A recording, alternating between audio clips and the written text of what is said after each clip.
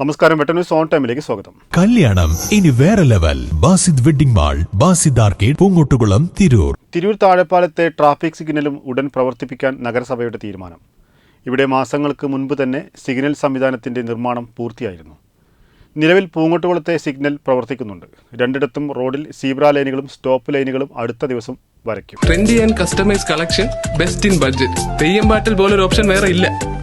ഗതാഗതം സുഗമമായി നടക്കാൻ 2 ജംഗ്ഷനുകളിലും പഴയ കെട്ടിടങ്ങളുടെ മുൻഭാഗങ്ങൾ പൊളിച്ചു നീക്കണമെന്ന് ട്രാഫിക് റെഗുലേറ്ററി കമ്മിറ്റിയിൽ നിർദ്ദേശം വന്നിരുന്നു. ഇത്തരത്തിലുള്ള കെട്ടിട ഉടമകളുമായി സംസാരിച്ച് ഇതിനുള്ള നടപടിയെടുക്കും. ഗതാഗതക്കുരുക്ക് രൂക്ഷമായ തിരൂർ നഗരത്തിൽ ട്രാഫിക് സിഗ്നലുകൾ സ്ഥാപിക്കുന്നത് വഴി പരിഹാരമുണ്ടാക്കാൻ സാധിക്കുമെന്നാണ് കരുതുന്നത്. പൂങ്കോട്ടുകുളത്തെ ഇരുഭാഗത്തുമുള്ള ബസ് സ്റ്റോപ്പുകൾ മാറ്റി സ്ഥാപിക്കാനും തീരുമാനമുണ്ട്. കൂടാതെ ഇവിടെയും താഴെപ്പാലത്തും പോലീസിന് ക്യാബിൻ സംവിധാനവും നഗരസഭ ഒരുക്കി നൽകും. അതേസമയം ഓണത്തിരക്ക് പരിഗണിച്ച് പൂങ്കോട്ടുകുളത്തെ ഓട്ടോമാറ്റിക് സിഗ്നൽ സംവിധാനം താൽക്കാലികമായി നിർത്തിവെക്കണമെന്ന് പ്രതിപക്ഷം ആവശ്യപ്പെട്ടു. വെട്ടം ന്യൂസ്, തിരൂർ.